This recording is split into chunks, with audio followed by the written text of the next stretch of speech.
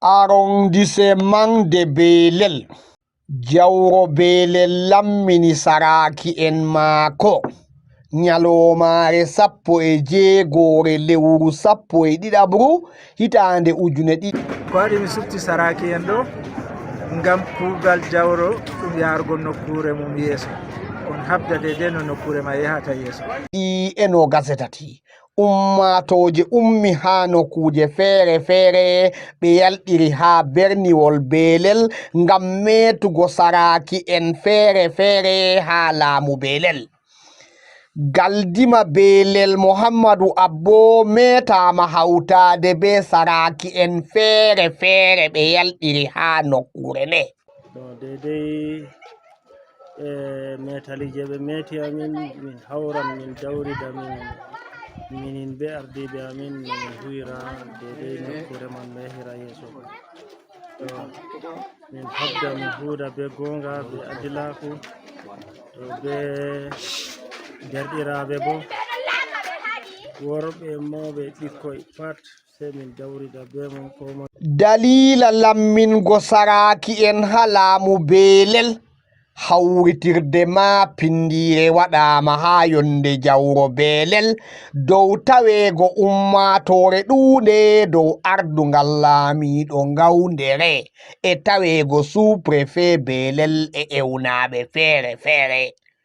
Ummatoje e ummi ha nokkuje feere feere nder lesdi Cameroun e yaasi lesdi ɓe yalɗiri ha nder berniwol Belel ngam yalɗirgo hawritirde nde lammingo saraki en laamu Belel tawama hoore maɓɓe Muhammadu Abbo laatiɗo galdimajo Belel.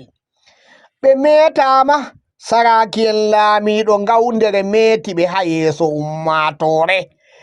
Saraki en ko ɓurata 20 ɓe fuu maɓɓe ɓe metama ɓe efti alkawal ɓe huudan be jawro Belel ɓe jogan hande gongaku e adilaku ngam jaynititgo leddi Belel.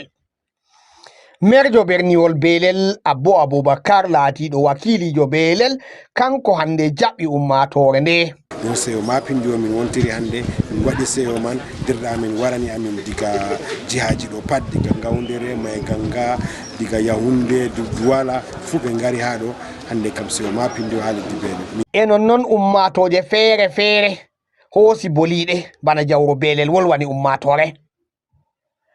Non jogiiɗo bindirgol saare laamu Ngawdere Maltakarda Modibbo Iya kanko fu o hoosi boliɗe o yottini boliɗe laamiɗo Ngawdere ha ummatore. Gargajiya ɗo ko ɗo en jangata gikuji boɗɗi kala de gargajiya meɗen sembiɗinama fu ɓiɓɓe men umman be tarbiya botka Allah ɓeɗo yetti on be majum o yetti ummatore fu.